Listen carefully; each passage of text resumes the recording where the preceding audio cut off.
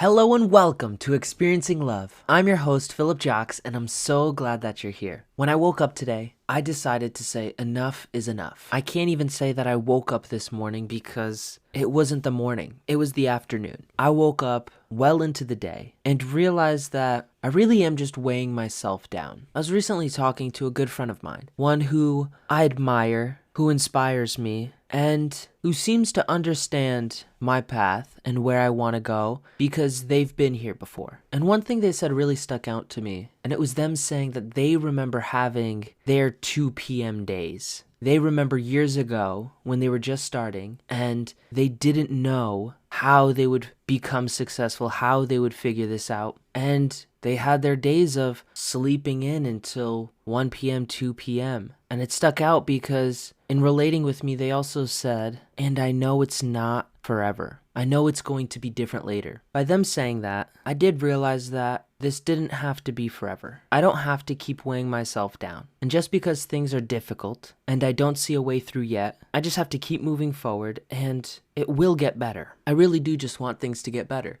So I may be far from where I want to be, far from perfection, but I can make little changes today. I could go to sleep a little bit earlier, wake up a little bit earlier, and most importantly, just enjoy a little bit more sunshine. I do miss the sun. Some of these days it feels like I'm spending more of my waking hours in the dark than I do when it's light out. There were times a couple weeks ago where I was going to sleep at 5, 6 in the morning, like I would see the sun rise before going to bed. I don't want to do that anymore. The approach I'm taking with this is similar to the you don't have to go home but you can't stay here approach. I don't have to go to sleep at a certain time. I just don't want to be anywhere near my computer or my phone past a certain time. Lately the pattern's been past 3 p.m. I'm still on my computer. I'm going to see what I feel like and what life is like if I put everything away by 1 a.m. The goal is not to drastically shift everything because I know if I do that, it's more likely that I'll switch back. I want to make this change gradual. I think the most lasting change, the changes we get to create in our lives, come in 2 ways. It's either these slow, gradual changes, the ones where it slowly locks into our identity, and then the opposite, which is like ripping off the band-aid and completely disrupting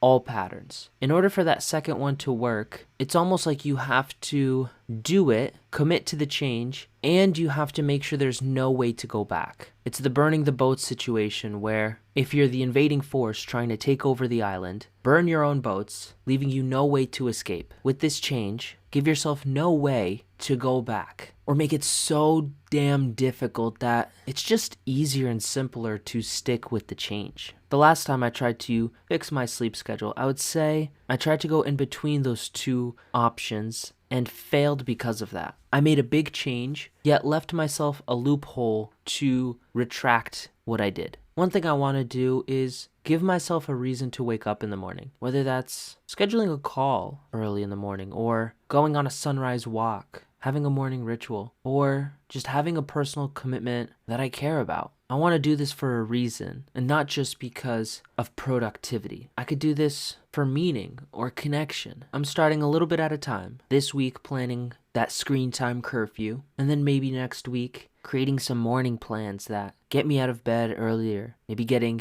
more than 10 minutes of morning sun in my eyes. The week after that, I can really lock into who I am, that I wake up that early. And who knows, if I do it for 2-3 weeks like this, it may just be enough time that it feels natural. After 3 weeks, it's more just about showing up every day and doing it rather than making any more changes. The reason I bring all this up is because this is the struggle that I'm going through now. I had to ask myself the question, why am I even talking about this? What makes this the biggest thing that I'm going through right now? And the reason I'm talking about it is because this is genuinely a struggle for me. By talking about it, it's like a cry for help. Yet, it's also a type of therapy where I just get to talk through it and then hear myself talk through it. I want to know later on what I was going through during these times. What were the challenges I was facing? Because when I think about it, it's easy to believe that this is all petty and trivial, that this is such a small problem to have. And I also acknowledge that anybody going through this can truly be having a rough time right now. The effect of having such a sleep schedule that you don't enjoy can really weigh you down. And just feed into this destructive cycle that makes it worse. Chances are someone doing this is sleeping to feel better. Their body is more exhausted, their mind is more exhausted, so they sleep to regenerate. But in sleeping longer, and therefore sleeping later, there may be some guilt and shame about sleeping so late. And that guilt and shame can come from many different places, whether it's friends or family, whether it's society telling you that you have to be up before the sun, and you could only go to sleep after the sun sets. And it's all about the grind, it's all about the hustle, it's all about working hard. When we feel like we've wasted or slept through even just a part of that critical work hard period, we can feel disappointed, discouraged in ourselves. That takes a toll on our mind and our body. We don't have this structure in place for this specific situation to help us build our way out of it using just our mind. Oftentimes, spending time with friends and family can truly help to build you up and give you that support system that you need. And yet, we don't always have that 24/7. Sometimes we are just left alone with our thoughts, and then we're tired. But we don't go to bed. We want to feel better. So maybe we doom scroll a little bit longer. Maybe some people involve drugs or alcohol to feel better.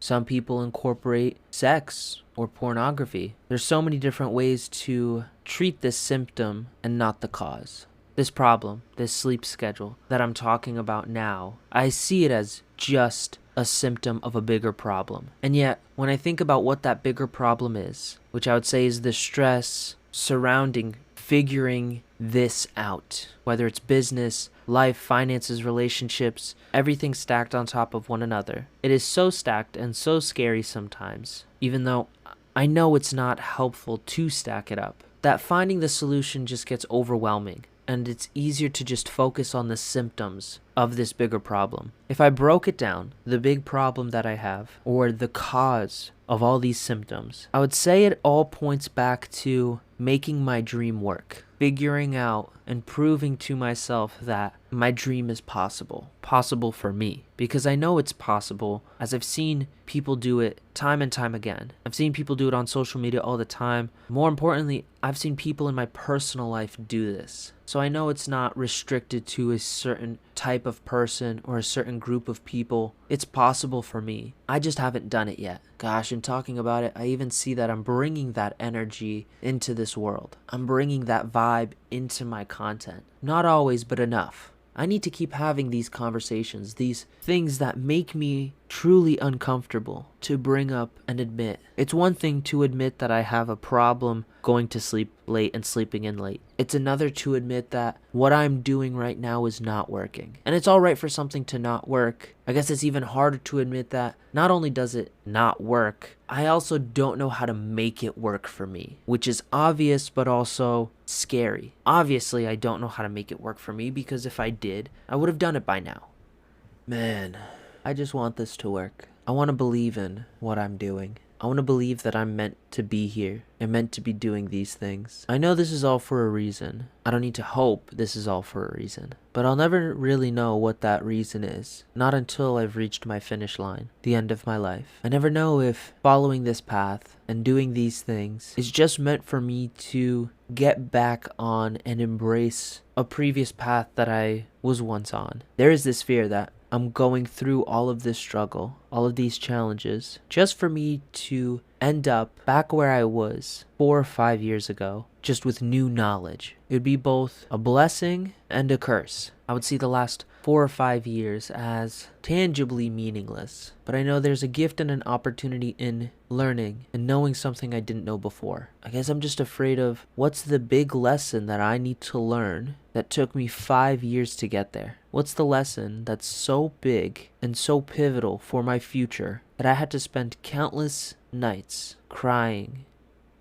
Or maybe there is no lesson. Maybe this is exactly where I'm supposed to be, and my path truly is going to be different than the one I was on years ago. I won't go back to college. I won't live that lifestyle. I won't follow this misconception of security and safety that I was taught to believe. The unknown is scary. I know it firsthand. I have no business telling anyone what to do or how to feel. I can only share what I feel and what I'm doing, and hope that in taking the steps first, it makes it easier for someone else to follow. Maybe that's the purpose. Maybe that's the meaning or the reason. Maybe I'm just the first to walk a path that someone bigger is meant to follow. If that's the case, or whatever is the case, I will take it with my head held high, a smile on my face, and love in my heart, knowing that everything that I'm doing here and now is all to experience love. It's to embrace the fear to get to the love on the other side. I'm not running away anymore. Not this year, not any year. It's time to step into it, trust who I am and who I'm becoming, and not just dealing with the symptoms, but overcoming the cause. I don't have much in terms of a takeaway for today. I don't have a to do or to try that's just for you. I want you to get what you got out of this episode and you decide what you have to do next. Keep scrolling if you have to. Move on.